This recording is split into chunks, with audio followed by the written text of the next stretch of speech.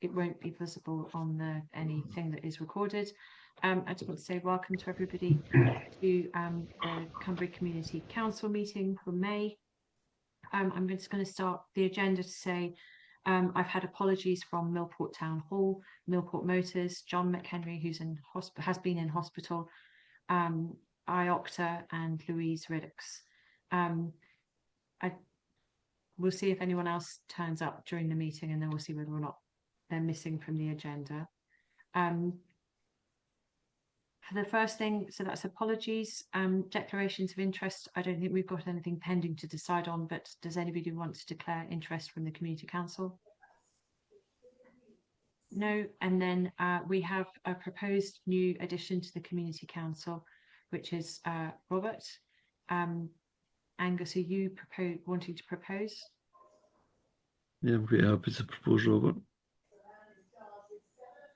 That felt so half-hearted, but I'll take that as proposing, and I'm going to enthusiastically second him to join the Community Council. So I'm hoping that's done right. I'm going to not be watching Eleanor Collier in case I've done that entirely wrong, but I think that's right. Graham, is that right? Okay. Right, that's it done. There's a new member awarded. Okay, great. And so now we're going to move on to quick updates from organisations, but I'm just going to alter the order slightly because we've got a report from Cumbrae Primary. We've got Julie here, and I've had a request for that to go first. So Julie, do you want to just give us a report from Cumbrae Primary, please? Hi, can you hear me? Yeah, really well. Okay, I've been given this by my head teacher to read as she wasn't available tonight. All primary 7 children have just experienced a great 3-night residential trip to Dumfries House. They went with primary 7 children from Skelmerley and Fairley primaries, which was really good for their transition to Largs Academy. They made lots of new friends. Last week, our primary 7 children visited Largs Academy for their 2 transition day visits, and all went well. Primary 5 are nearing the end of their block of swimming lessons, which is kindly funded by Cumbrae Forum. This has made a huge difference to all the children, especially 2 who were non-swimmers and are now confident. On Wednesday, the 11th of June, we will be holding our sports day at West Bay, and all in the community are welcome at 1:30 p.m. The whole school and the nursery at the moment are participating in the Beat the Streets challenge, aimed at encouraging families to walk or cycle around the town. The whole community can get involved in this by picking up a card from the library, and they can win prizes from the school, for the school. And that's what I've been given. That's an exhausting list. Does anybody have any questions? Can I ask, so the school sports day on Wednesday the 11th, are teachers also doing exercises? I mean, is it just pupils that you put through it? We do have a mum's race, a dad's race, we have a toddler's race, but the teachers no longer race. We just stay to control the children. That sounds great. And that transition work for all of the pupils moving from one age into the next sounds really interesting and really lovely. I was on the train with the Boys Brigade coming down and watching people, kind of the pupils out of context and how important that is to their socialising. They were quite excited. Yeah, well, I had the primary 6, 7s yesterday at Largs Academy for an inter-schools rugby tournament. And that was really good. And they met up with children that they had met when they were away at Dumfries House. So it was nice that they've already made new friends before they go to Largs Academy. That's so lovely. That's really lovely. Okay, so thank you. And can you say thank you back for preparing the report to the other Julie? It's really good for us to catch up on what's going on. And there's so much going on. Thank you so much. Yeah. And thanks for coming. Thank you. Thank you. Okay. Thank you. And over to the police for the report, Stuart.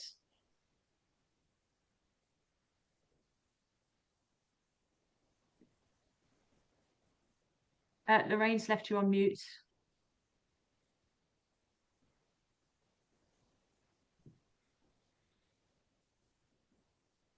That's it. That's it. We can Thank do it. you. Thanks. Yeah, so the month of May's seen 30 incidents reported to the police. In relation to some of the, it's noted that there's quite a few duplicate incidents in relation to what was reported. We've seen an increase in the drop treble 9 calls for the phone box in Stewart Street. There was a couple of times that was in the morning before we'd expect to see the visitors, so that obviously raised a wee bit of concern there of the misuse of the call box. There was 3 crimes recorded in the same time. The first one, a subject will be reported for being drunk in an attempt to enter one of the local licensed premises. Further call involving the same subject, albeit inquiries are continuing, but there will be a sufficiency to report that matter as well. And then, unfortunately, there was a vandalism out at the Marine Centre. It would appear that that was possibly one of the school children on a residential stay, but again, we can't substantiate that due to the lack of evidence. Quite a busy month for us, to be honest. Lots of kind of assist members, other agencies with the helipad. Obviously, we're aware and we keep an eye to the amount of people who are pitching up, albeit for picnics and tents, etc. during the better weather there. We've had cause to move a few folk on for that site. The unfortunate thing when it comes to weekends, we don't come on duty till 6 o'clock on a Friday and a Saturday night. So we are aware that sometimes during the day there is obviously an increased presence about the helipad. But again, we've been liaising with the ambulance technicians as well and how we can obviously get that message out, especially to the visitors, that ultimately that's an emergency area and it should be treated as such. Thank you. Does anybody have any comments or questions about that?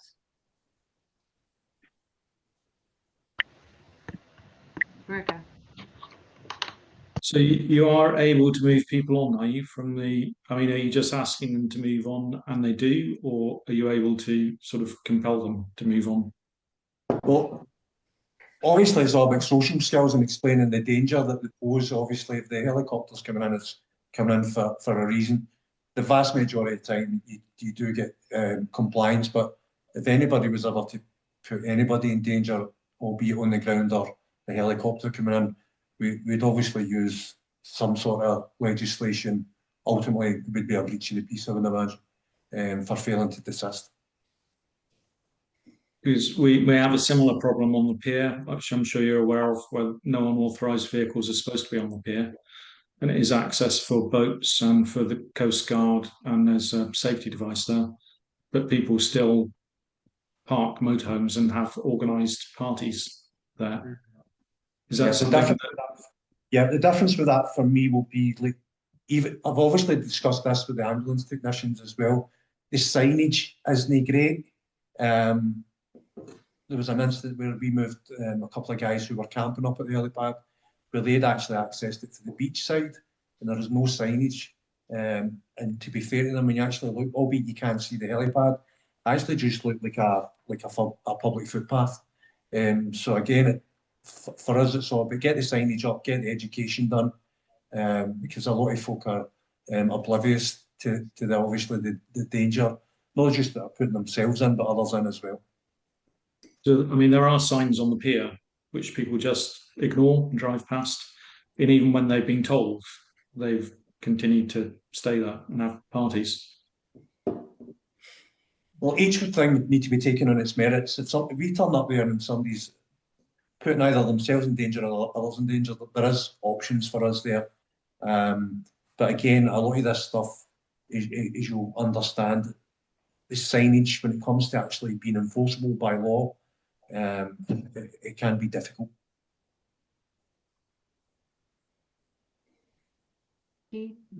Anyone else want to raise any comments or questions?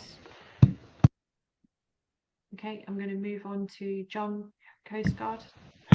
Yeah, within what is it, 13 minutes, you've stolen both of the two topics I was going to bring tonight. I'll give you our perspective on this. Instead of an update, I was asked specifically to bring the two topics to the meeting. The pier, first of all, so we saw on that weekend in April, there was a group who effectively claimed the pier as their campsite, and once the vehicles had arrived, they arranged a nice line to prevent any further access for anyone else to the pier. I'm told a certain landlord took it upon himself to advertise the pier as a parking area for the weekend. When it was pointed out that emergency vehicles couldn't get onto the pier, they flatly refused, and the response was that we should just leave them to it because they were spending lots of money in town. From our perspective, the risks of vehicles going over the side when they're manoeuvring, because it's an unprotected edge, and vehicles blocking access to anywhere past the pub. Our understanding is that, as per the signage, the only vehicles permitted on the pier are those authorised by NAC. But obviously the signage is ignored and there's no one to enforce it. So our request is for a more practical, complete solution, the kind of yellow lockable sentinel bollard, which is the thing that's been done at the garrison beyond the charging points at the surgery. The idea then perhaps would be that key holders could drop the bollard in the event they need access, and that would physically prevent unauthorised vehicles getting onto the pier in the first place, but still allowing authorised vehicles access when needed, like screen machine, the bin lorries, and the emergency services. Is that something that the council could look at for us?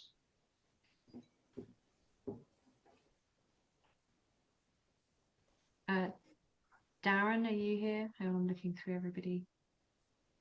Yes, I can certainly pass that on to Rhodes and ask for the consideration on that. That'd be really helpful, thank you. Okay. I'll go straight. My second topic then is the helipad. So to be clear, the helipad's used by two very separate operators. There's Scotland's Charity Air Ambulance, Helimed, and HM Coast Guard, and each one of them uses the helipad based on different processes and have different rules based on things that include the size of the helicopter and the strength of the downwash. For us, the risk is that the helicopters operated by the Coast Guard cause a downwash which is equivalent to standing in a hurricane. It's no exaggeration.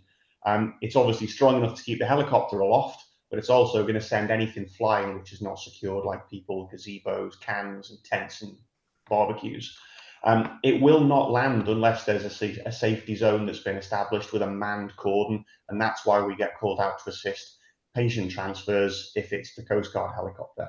So, as has just been said, we would always ask people politely to pack up and move away quickly when it's needed, but we have zero legal authority to enforce that. And if people refuse to move, it's over to the police to take over while the patient remains on the ground and the helicopter remains in the air.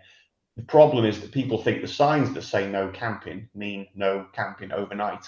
And of course, by the time a helicopter needs the helipad, the clock's already ticking for a patient that's already seriously unwell. So we're not talking about dog walkers or picnics, we're talking about the stuff that you can't just pick up and move in a hurry. So our request would be to consider improved wording of signage, and to make it clear that anyone that does see people setting up camp for the night around the helipad, it should be passed to the police so that they can be politely moved on. That would be our request. Therein ends my update, unless anyone's got any questions. Darren, would you be able to come back in terms of the request that we've just had from John? Yeah. Is there any chance, Alex, that could be shared with us by email, and I'll take it to the team leader for the road service? Certainly, John, Darren, I'll put something together. Yeah, thank you. Thanks.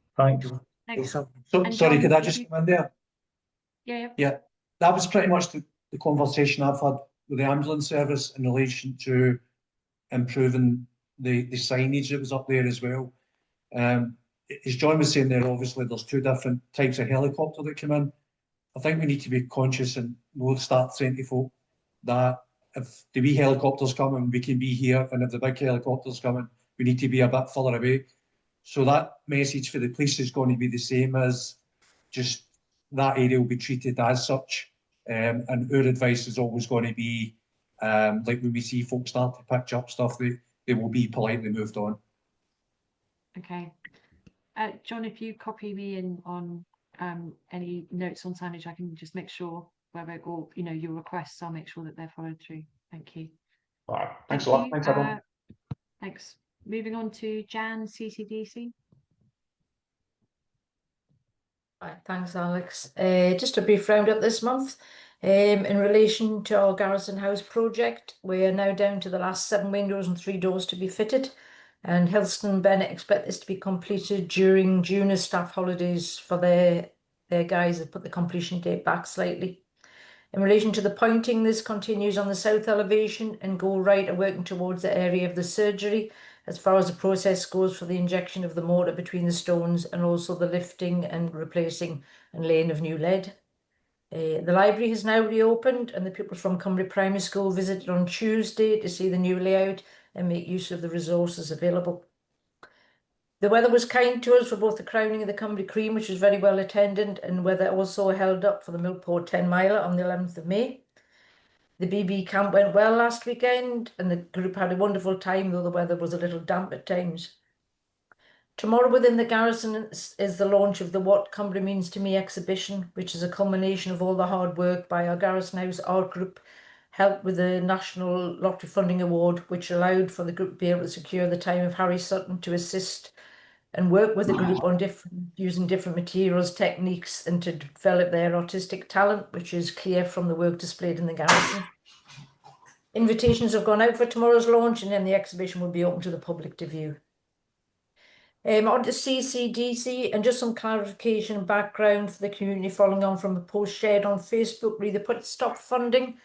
That was the £540,000 awarded to Cumbrae and Arran for improvement works at public toilet facilities on both islands. This, my piece obviously relates to Cumbrae only. So the funding was originally awarded back in September 2022, and this is the same funding that has obviously been, discussed online. I don't think possibly people are aware that it does come from a few years ago. So initially the proposed work was to be conducted by North Ayrshire Council. However, upon commencement of community engagement talks and discussion with stakeholders, North Ayrshire Council decided that the delivery would be better managed at community level by CCDC. For those who are not aware, for reference, CCDC have managed the facility since 2017, when North Ayrshire Council moved to close all the public toilets on Cumbrae, and CCD stepped in at that point. This change was included as an information point by, as I think with myself, in October 23 for the Community Council's information. Unfortunately, due to staff constraints within North Ayrshire Council, the transfer of funds as well as those over in Arran was deferred for 12 months back in 2023, and then has been referred again for a further 2 years. The current situation in relation to the PIP stop funding is that the required stage 1 and stage 2 paperwork has been submitted by CCDC and accepted by North Ayrshire Council. However, we still await written confirmation of the funds being released. The value of those funds we're looking at 152,000 plus VAT, though the cost may have changed obviously because prices were provided a wee while ago. The works proposed includes the installation of solar panels and battery storage at 4 sites, 5 defibrillators, waterless urinals, installation of a further 2 coin paying card reader doors, digital information boards at 2 sites, and also obviously the cost for contractors in relation to the roofs at Crop Rock and Fintry. Also repairs are going to be carried out at Cumbrae Slip just to keep the toilets operational until the point where CMAL have built their own facilities going forward, and our current ones will then close. And we also hope to install stoma kits in those sites that we have the space for within the blocks. And that's me. Okay. Thanks, Jan. Right, Cumbrae Forum. Jan, is there any word on the gym opening at all at the library? Not from Kay, that's down to Kay Leisure, Lorraine. Right, They okay. came over and did their opening and showing what the machines, etc., were to go in. And obviously they couldn't start until the library works had been carried out. So obviously now that's reopened and stuff.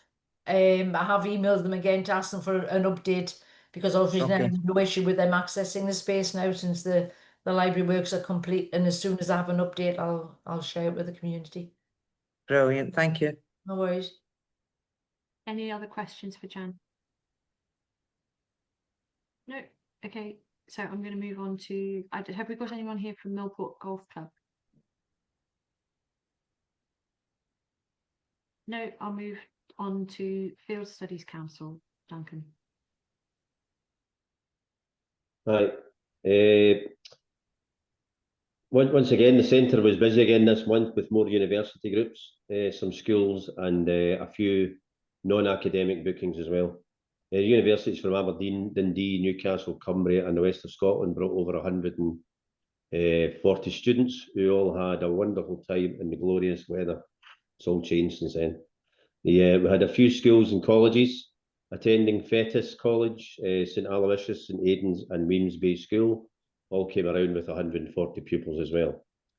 The non-academic groups that came, one came up from Sker Lodge down in Devon. It's a training centre who brought up a group of 20-year-olds who were all training to be instructors in the adventure sector. So they all done some rock climbing, archery, raft and team building skills over the weekend. As it was already mentioned, the BBs also came around to the centre. They brought 80 boys for the battalion, and they enjoyed various activities on offer over the weekend. And finally, it's great to see the Waverley back again for the season, and we have put extra seating on and around Keppel Pier for the passengers waiting to board. That's us. Any questions for Duncan? Okay, thank you. Cumbrae Forum. Hi everyone. Short report this month from us. We'll be providing all primary 7 pupils again with the ones that are moving up to S1 in Lars Academy with uniforms again this year. They'll be getting sweatshirts, jumpers, cardigans, and hoodies and shirts or polo shirts. We'll also be funding another summer camp run by Katie Leisure. This year the camp will be for Cumbrae primary pupils and will run from Monday the 7th to Thursday the 10th of July. And the deli will be providing the lunches for this camp this summer. And that's all from Cumbrae Forum. Thank you. Any questions from anybody? How do you have to go round and get everybody's inside leg measurements? How do you do it? For what? If you're providing uniforms for everybody, and where's the Oh uniform? yeah, well the school do it. The parents do it. The school does it and then it passes it on to us. So. Okay. And at some point, like ordinary residents, they'd quite like their own like Cumbrae uniform. Yeah. Okay. Okay. Ferry users group. Angus, are you wearing a uniform?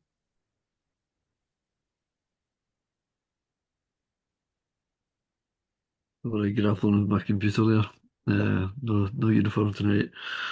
So ferry users group point of view, just touching on the Cumbrae slip rebuild, which Jan has mentioned. So I believe CMAL have just gone out to tender in the past few days. So Cumbrae slip rebuild will probably start October time, probably around about the start of the winter timetable for them to do the initial works. And it'll probably take the best part of a year, so there will be disruption, but it'll be starting in the winter time. So hopefully they should get a handle on the traffic management before we get into the busy season next year. So a lot going on in the ferry world in terms of the announcement a couple of weeks ago that they were going to cut the 15-minute service, make it a 20-minute service, which should be a 20% reduction. So thanks to involvement from the MSPs and various bits of lobbying, we managed to get that put on hold.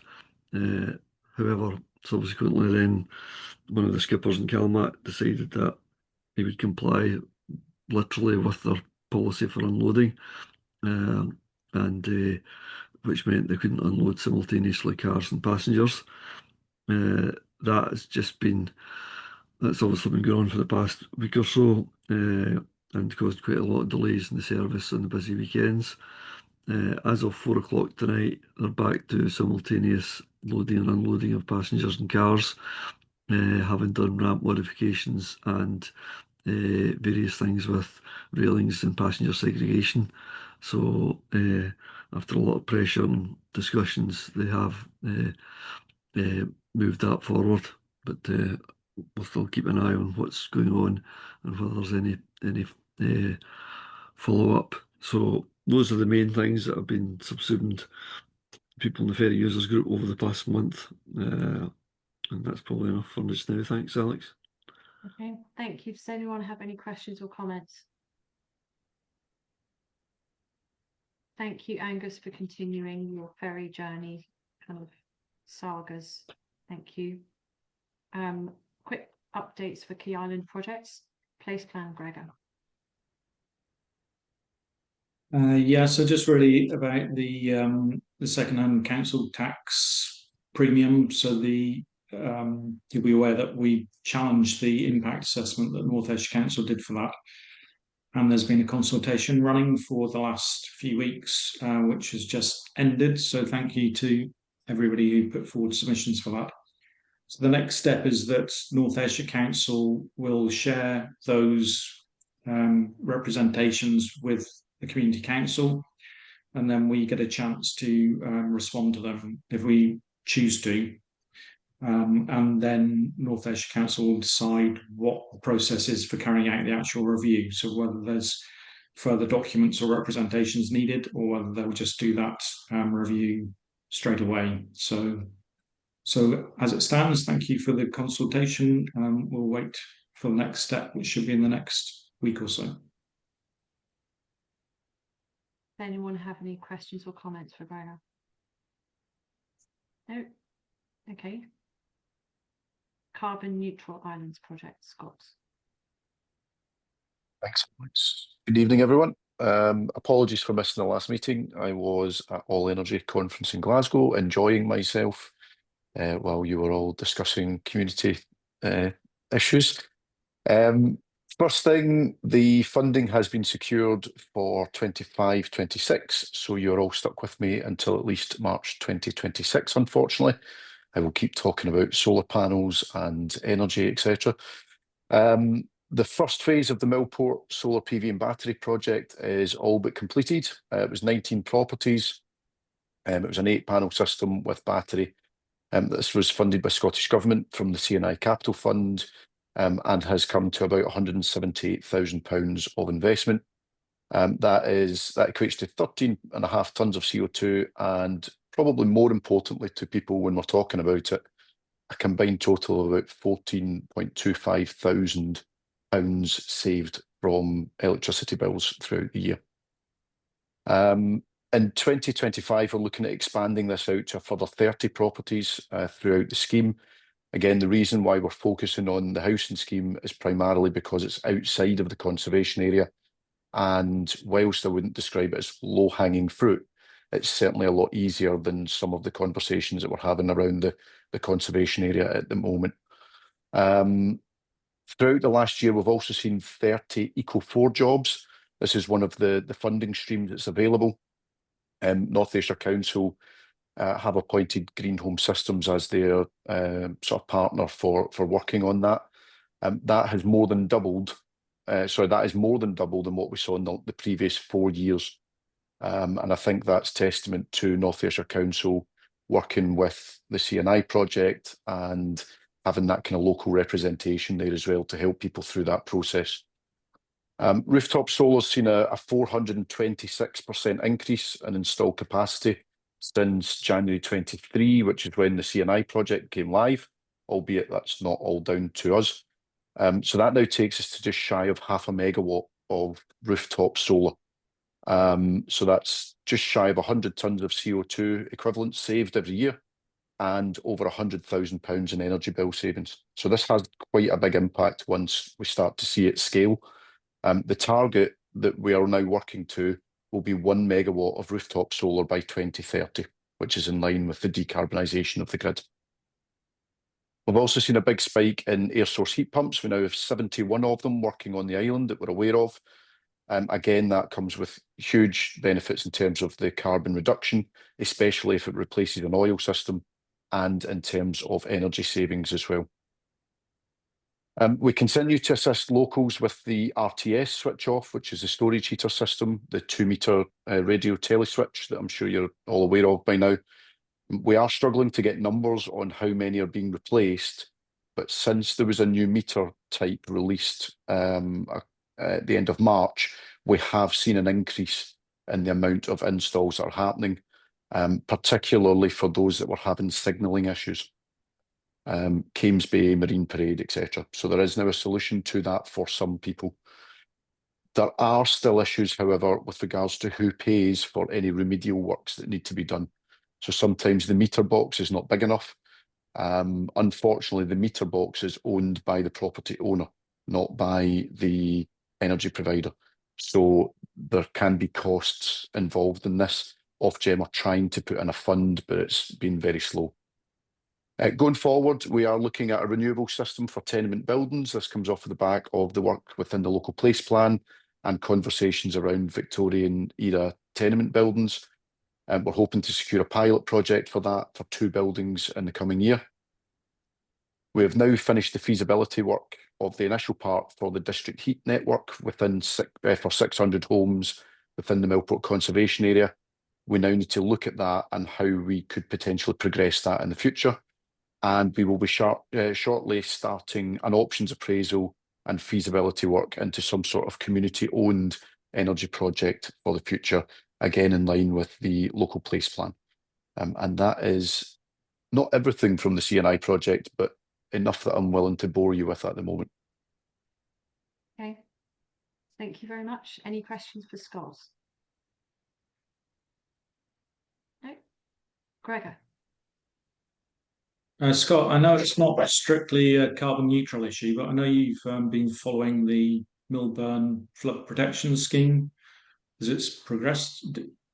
Do you know if the concerns that people have raised have been taken on board at all, or is it just going ahead and it's going to be built as previously planned? So it actually it sort of does come under the CNI project. It's classed as climate adaptation, so adapting to the effects of climate change. So Scottish Government did sort of introduce us into this area. So we do look at the flooding issues. We were hoping to have a meeting with one of the head of services from North Ayrshire. That didn't go ahead and was postponed, but a new date hasn't been set. We haven't really had a response beyond that, so we're kind of waiting for that meeting to be rescheduled. On my part on that, I have been quite busy recently, so I haven't managed to chase it up and make sure that does happen. But I will do. Thank you. Any more questions? Thank you, Scott, for that report. Town Hall, I've had apologies from them, but they sent a report, which is that the Millport Town Hall regeneration works are nearing completion. The trustees and volunteers are going to be undertaking tasks after the works are completed to dress the building for Open Doors Day. Funding has been achieved from National Lottery to kit out the community kitchen, and they're very grateful for some for furniture which was donated from Millport Library. The bespoke reception desk has been sponsored by their architects to build using recycled materials from other projects. So that's the report from Millport Town Hall. Now to the marina, Graham. Yeah, apologies if there's still a delay in what you're hearing. But, it's obviously because I'm at the far end of the town. It takes a while to get along. Not too much on the marina to report. We've been advised that the consultants, Wallace Stone, are working on pulling together all of the background information that's needed for the marina design process. And that includes, particularly at this time, wave and sedimentation analysis. And this will feed into the computer modeling for the design parameters of the marina itself. It's still proposed that once this initial work is carried out, there'll be hopefully a series of public information and consultation sessions locally. That's really all on the marina. On a slightly different note, just for information, North Ayrshire Council has brought out a code of conduct for the use of the moorings in the bay, not just in the bay, in Arran as well, I should say. There's been some problems experienced by them in people overstaying, using them for long term. They're only meant to be 3-day stays. This code's been introduced to clarify exactly how they should be used, what weight of boat should be there, that boats shouldn't raft up. It's available on the Flood Prevention Scheme Facebook page and also on the Harbour User Local Pier and Harbour User Group page. I think I'll ask Gregor if he might put it under the Marina heading on the Community Council page too. That's it from me. Any questions? No, thank you. Can I move on to Carol? Are you able to talk a bit about the cathedral?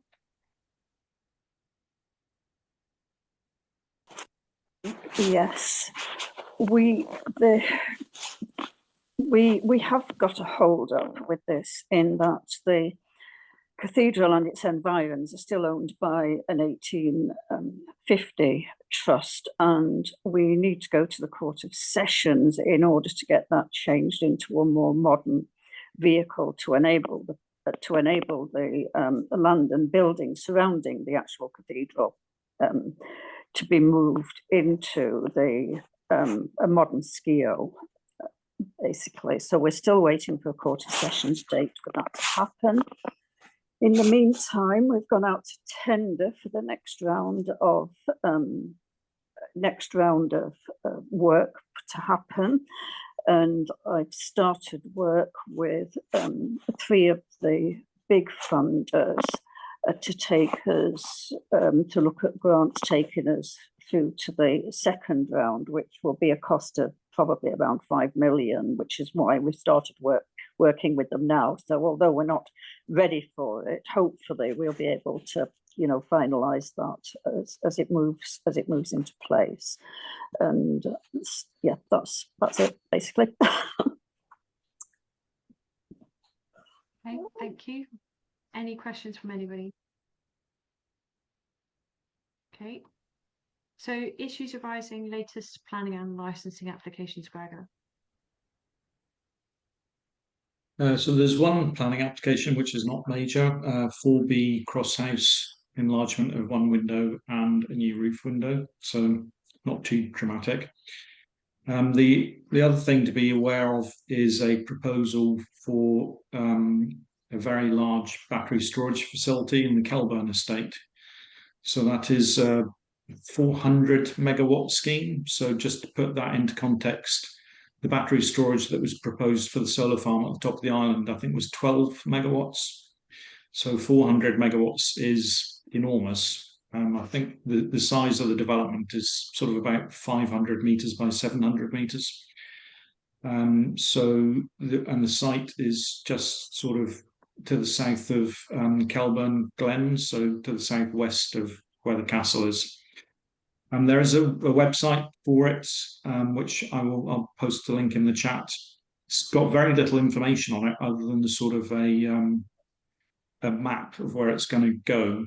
But it's difficult from that to assess whether it will be visible from here or not. But hopefully more details will come through as that project progresses. So just one to be aware of, and I'll post a link in the chat. Okay, thank you. Darren, update from North Ayrshire Council. So, as you know, Thomas usually attends these meetings, and I asked him if there was to be a report, and he said no. So he's buying the copies tomorrow. Okay, so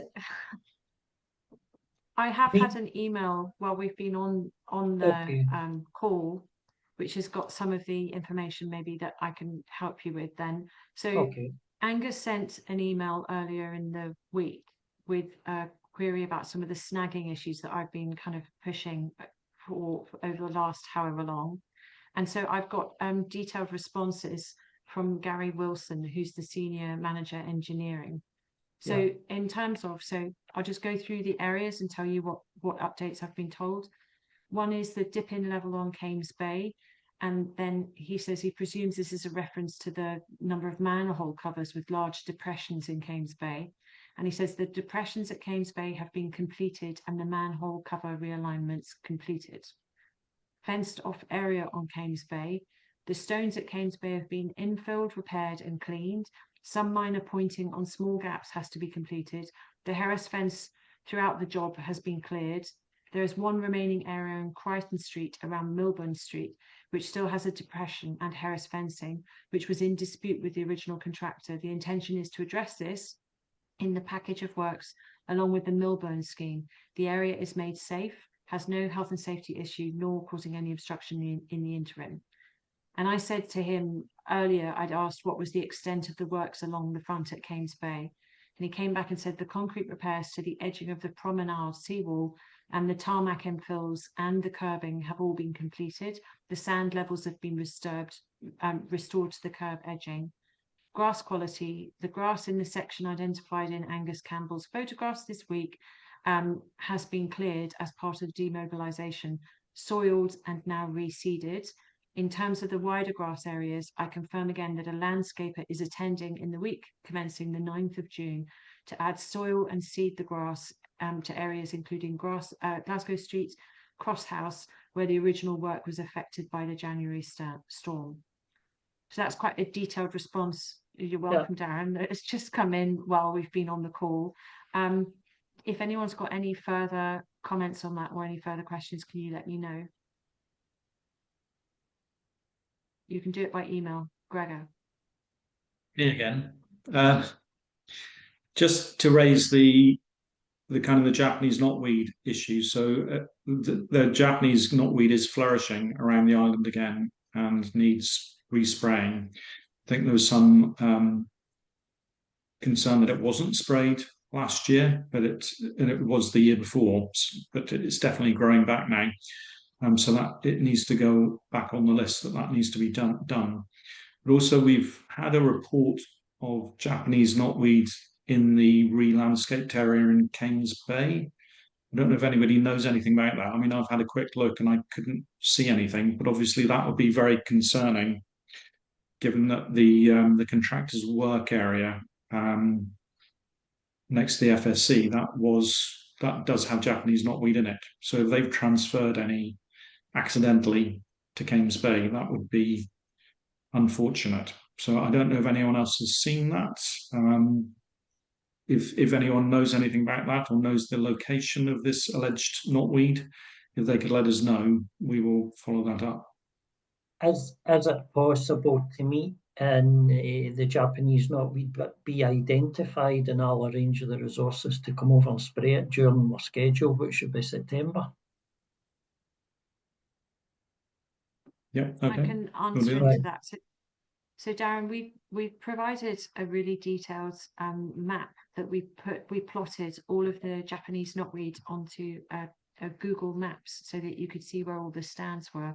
We can go around and kind of re-update. There's a significant amount around the island, and so I think this is about the 4th year of trying to get it done. But last year it wasn't sprayed, so we can go around and do another review. And we'll see with the community, if there is someone Cames Bay, we'll get it marked so that it's quicker to do. If you want to meet and be taken to go around it, then we can also organise that if that's more helpful. Yeah, I would like that if possible, thanks. Okay, well, we can be in touch by email. Angus? I just wondered when the council are going to start cutting the new grass for the flood defences, because it's starting to grow quite, and all full of weeds around Cames Bay. It's starting to go quite high. As far as I'm aware, the contractor is liable to cut that. But the last I looked at it was left full of stones. There's just no way we could cut it in the way it was left. So what I'm led to believe is that the contractor is going to try and de-stone it. And then that way, when it comes over to us, then we'll be able to cut it, but not in its current state. So who's cutting it just now then? As far as I'm led to believe, it's a contractor. Contractor hasn't been near it. Is there not? Right. Well, we'll have asked, but I'll get an update and no feedback on that then. Okay, and are they to cut it all summer on a regular basis? Well, it all depends on how long the liability period is, but we'll ask for an update and that and no feedback back. Now, if you could just so we're clear about the place is kept tidy over the summertime for all the grass that's been. It doesn't. Yeah, well. and that it's either the contractor's cutting it or your guys are cutting it, but it's clear to us who we're asking the question about, then that would be great. Thank you.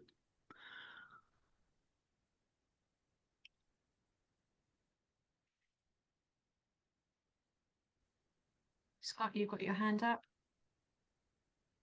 Yeah, thanks, Alex. Just come back to the Japanese knotweed issue. It's not something that we've done a lot of. In fact, we haven't done any work on invasive species in Cumbrae, but some of the other islands within the Carbon Neutral Islands project have been.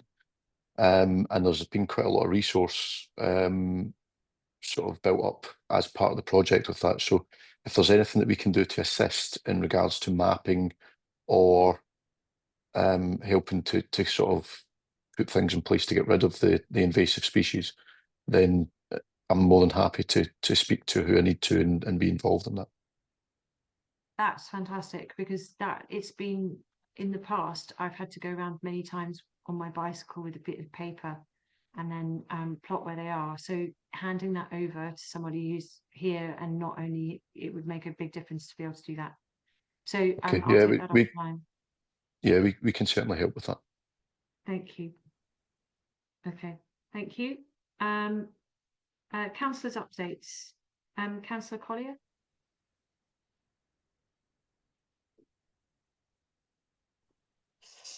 Hi. Well, a lot of it's been said because, I was involved in and I've also had a very long email from Gary Wilson today. Thank you. Subject to the stuff that's been bouncing about. I think from my point of view, what I need to do is I haven't had, also, you emailed me and I gave them a kick in terms of the email that I sent following the last meeting regarding the camping and camper van issues. And I thought I laid it out quite clearly. I think they asked for more information, which you provided almost immediately. And I heard nothing. So I've been chasing that. And they did promise, as I told you, to have something for tonight, and I don't have it, which is very disappointing. And of even more concern for me is in the email that I got from Gary Wilson. He alludes to the camping and caravanning, camper van issues in my email, not yours, the one I've got. Okay. And he says that he's going to pass it to the relevant people and all this. It's going around in circles, I think, as far as I can see, which is very disappointing. So I got onto that and try and straighten out, go back to the top again and say this isn't good enough. We need one point of contact to be dealing with this, and we need the team to tell us how exactly they're going to address it, because that's what they promised to do. So sadly I don't have any updates on that, but I will keep working on it. We would really appreciate that, because it does feel as if we're in a kind of permanent loop where we get so far. In the meantime, there have been many complaints on social media from the island about the state that the island's been left in. I mean, it's erupted with the good hot weather. Although good weather would do that, wouldn't it? Yeah. Exactly, yeah. And so that's led to a lot of complaints and people starting to say, can't we have a code? And then people drafting the code and putting it out onto social media. So that's led to that. Separately, I've been starting to have some conversation with the farmers on the island to see whether, so what I'd quite like to do is, if we could get one point of contact from North Ayrshire Council, maybe we could get the landholders, North Ayrshire Council, and maybe some of the councillors together and just have a conversation about, because it's owned land, we can't get a bylaw. What can we get? What are the measures that we can do? And we just finally find out what we can actually do. Because sadly, I mean, I don't cut you off. Sadly, that's because one of the things I asked, and I think you mentioned that you're going to the map and ownership map, but I had asked that as part of my original email following the last meeting, that the legal team in Cunningham House, they've got access, free access, they've got their own, they paid access to all the titles. So I wanted them, they've done it for me in other parts. They did it for me in West Kilbride, where I had an issue with the Glen, who owned what. And it was really good to have that kind of colour-coded sort of indicator of who we speak to. We think we can get it for you because we think it's very simple. And yeah, I wanted it to come together in the council. I wanted them to understand what the ownership issues were, who it was they had to speak to, and then hopefully do what you're thinking there, which is have that meeting with everybody sitting down and saying, well, We know it means go around in circles, stop going around in circles. These are the issues. They're getting worse. These are, you keep saying we can't. Well, what can we do? Yeah, you keep saying what we can't do. We need to know what we can do, and have all the facts there, so we don't have to say, well, we'll wait until we've done that and wait until we get that. And I think that's the issue. So you just have to keep working on it and pin it down. It's gone on long enough. We would really appreciate some help doing So that. that's that. I'll keep working on it. I have tried, but obviously really apologies that I haven't done anything else to report news to you tonight, despite my emails of. The other one was just to say about the battery storage plant at Kilburn. And so I'd obviously, as soon as they emailed me, all the councillors, in fact, the company that are dealing with are kind of fronting them, if you like, at the beginning to get the permissions and things. And obviously they're very upbeat and look at this and isn't it wonderful. There was I couldn't go to it, but there was a consultation on the 22nd of May in Kilburn about it, which I couldn't go to, but I've asked for if I got some sight of what they were, if they had anything to give out then, but I've not had that yet. But although it's massive, as Greg had said, it's 500 by 700 and it's 400 megawatts. That is huge, but it is on that. What I'm worried about is the impact of the movement of the power. How do you move it about? Is it pylons? How do you do that? You know, how are they going to move? Connecting to the grid is the biggest issue for all these battery storage plants. And I think some of them need far more detail about, are we going to have more unsightly metalwork side, or it's a particular concern really to Fairley. And their community council is, it's a big issue for them again at the moment. And given the other issues in terms of the proposed new wind farm as well, which will have no other connection issues, it's also got a battery storage plant attached to it, which added to the one in the existing one, and then there's another one proposed for Hunterston. That'll be 4 within a mile. Well, I mean not a mile, because the West Cumbrae one will be further away, but maybe within about 5 miles. There'll be 4 of them proposed at the moment.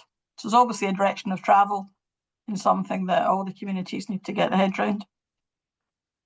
Unless anybody's got any other questions at the moment, that's all I've really got to bring to the table tonight. I think Scott has a question. Scott? Yeah, thanks, Councillor Colley. It was just to kind of add to what you were saying there. It would have to be pylons for that kind of size. That's what I thought, that's almost a definite, unless they've got some new technology that they're not sharing with us. The issues with connecting to the grid are something that are being seen across the entire country. And it was something that I believe, Alex, you might be able to correct me here, was brought up as well with the proposed solar farm on Cumbrae. And anytime it gets brought up, it kind of gets kicked into the long grass because it's deemed to be a national issue rather than a local planning issue. So there's never really a lot of information, and when the question gets asked, it's not for this level to decide. They did just announce new funding to do it. That's what they've done over the last month or so, is they announced new funding for the grid to upgrade. I mean, they're already doing grid works. I mean, I'm Lisco right now along the road. You know, they're still doing work to the pylons and upgrading and making the capacity, increasing the capacity. But as you say, it is, and I can't see, I mean, I'm not sure where it goes to. Clearly the fact that the nuclear power stations were there gives them that, but it would take somebody with more experience of that than me to explain why that's a problem, and it isn't as simple as it's not just like plugging it in to how the nuclear power was taken away.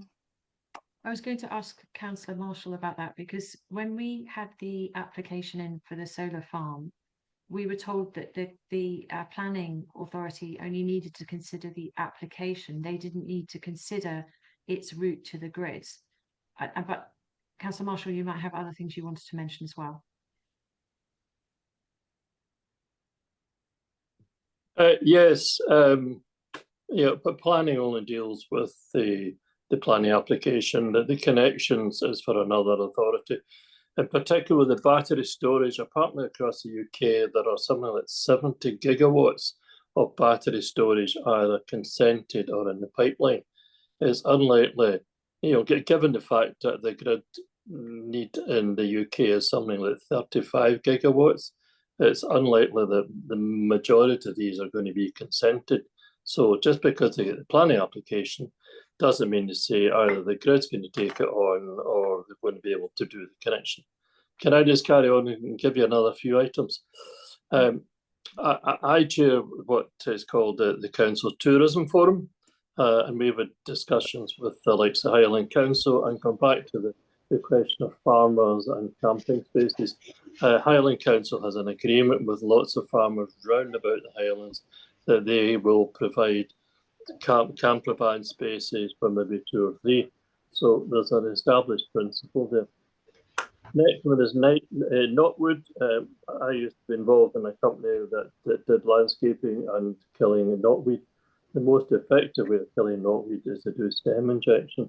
That will kill it, but quite often it's very labour intensive, and it's sprayed. But if you want to be sure of getting rid of it, it's got to be stem injection.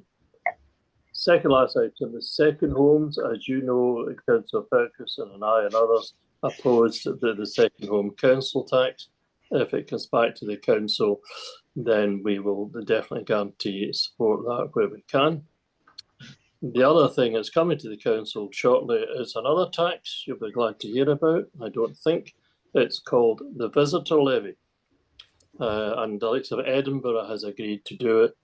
North Ayrshire Council, there's a report going to either the Cabinet or the Council to consider. I'm not very keen on it because it will impact, obviously, on the island. There's a debate about it. Is it going to be a percentage of your stay or a flat rate tax? It's effectively going to be a tax on a tax because you'll need to pay VAT on the visitors' levy. And the big item which affects you is if you decide to go and stay on or have to stay on the mainland, stay overnight, it's reckoned that you may be liable for this visitor levy. It's not clear. So these are the kind of things that the council's got to consider, and each council within reasonable parameters can make their own decision.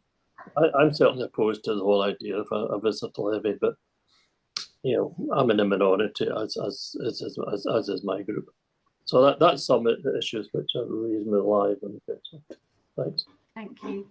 I had a question. I'm involved in implementing the visitor levy in Glasgow, and we've been trying to push for a flat rate rather than a percentage, but because Edinburgh has already got a percentage, the likelihood is that that's what we'll have to do. Generally, across Europe, it's viewed that a flat rate is harder to have fraud with.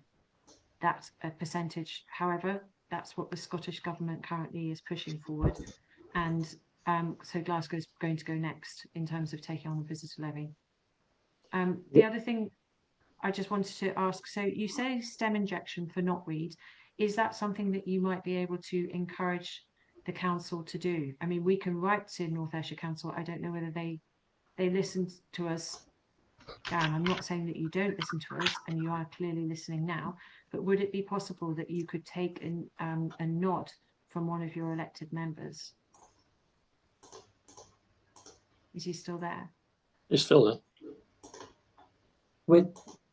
We do have some experience in stem injection, Alex, and we do have literally a few operatives that's actually trained in stem injection, but as Councillor Marshall rightfully says, it is very labour intensive. It is a very slow way of doing it. But we have had some really great successes in spraying as well. But I need to come over and see it and try and assess it first. Okay, from our perspective, you'd nearly got rid of it, and then it got left a year, and now it's growing back. And anyway, let's take that offline and have that conversation. And then the only other thing I wanted to raise was with Councillor Marshall, because there's been some press coverage about a call for a review of badly behaved community councils for being rude. And we just wanted to know whether you had any comment on that, because it came from one of your brethren. I don't have any brethren, but never mind. I must compliment you. Cumbrae is one of the best run community councils in the North Coast. There are five of them, five community councils. I attend Cumbrae, I attend Fairley very well run as well. Eleanor attends West Cumbrae. I don't think either of us attend Cumbrae, but I attend Largs, and Largs is giving the elected members some difficulties. If you go into Largs people's social media, you will find there are difficulties. This has been raised at the council. The council is going to do a review of the scheme of administration for community councils, and we're certainly wanting a tighter code of conduct. It won't apply to Cumbrae, because you're all well behaved. But for example, in terms of Largs, if a community council in Largs goes online and says something derogatory about us, nothing happens. Whereas if we reciprocate and say something derogatory about them, you'll know we'll end up with the Standards Commission. So the behaviour of some community councils have to improve, particularly down in the three towns, because that's where the Councillor Cameron visits, and he's had problems down there. So full marks to Cumbrae. Okay, thank you. We felt a bit paranoid because we felt that maybe Cumbrae, who called for reviews and objected to solar farms, maybe we've tried to be totally objective, and we try to always be polite to people, and we try to be as democratic as is possible. But we did then have a moment of thinking, oh my goodness, maybe the fact that we've got quite active and we've got a very active community, maybe behind the scenes you were all having cups of tea and thinking how annoying Cumbrae might be. So that's been reassuring. Councillor Collier. I just want to reiterate what Tom just said. Cumbrae Community Council are always a pleasure to deal with. You're always, as you say, you're always polite, and what I love about your council is that you always know what you want, which is not always the case with the other ones. You're quite direct, and that is refreshing for councillors to know how we can assist you in your objectives. What Tom says about some other community councils, they're not like this. They're not like this at all. They become really, and it's not about you're doing your business. You're using the channels that are open to you, which you legitimately can do. Other community councils are abusive to the point where I don't go to one of them for the particular reason that you just get really, really abused beyond what anybody should be expected to put up with, which has brought that up. But as Tom says, there's a review of how to communicate the sort of guidelines in terms of community council. There should be elections this year as well. I think it's September. The community council elections coming round, and part of that work, if the review was going through its process, if it's not finished, then we'll see. But the next community council elections, I think, will be very interesting to see, how they go and how they're conducted, because I think we're looking at it more carefully now in terms of how they're constituted. You know what? You've got nothing to worry about, in my opinion. Thank you. We just felt nervous. Graham. I'm just concerned that in addressing the problems you're getting from a few, you might bring in rules and regulations which affect the way we can operate, and we have operated well over the last 10 years or so. And I think that's a risk, that to address the others, you'll curtail what we can do. Well, and the other question I had, was is it intended to consult with the community councils before bringing in any changes, or will this just be something decided by the council? No, it's a process. It's only just been started to be considered, the review of the scheme, and it's being reviewed to make sure it's as comprehensive as it can be. There are no knee-jerk new rules or anything being brought in because of this.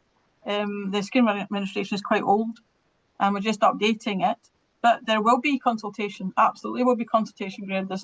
It will not go ahead without it being put out for comment and before being finalised, and then it'll have to go through and be approved by council. So it will be it won't be a quick process. It will be, as usual, a relatively lengthy process, but necessarily so, I feel, so that we're not overstepping, as you say, and that it's meeting the demands of current operations out here. Gregor, I'm mindful of time. Quick comment. Yeah, quick one. I could have this wrong, but my understanding is that because the review is taking place, the community council elections are going to be postponed for a year. I think that's right. What they said at the meeting last week was if the review goes on to a certain point where it's then not able to have them, then they'll be postponed for a year. But that's not a certain at this point in time. Okay. Right, well, thank you, and thank you for coming, councillors, and thank you for your input. It's really appreciated, particularly with some of these things where we do sometimes feel we go slightly round in circles. Thank you everyone for attending, and look forward to seeing you in a month's time. So thank you everyone. Thanks everybody. Night. Thanks everyone. Bye. Bye.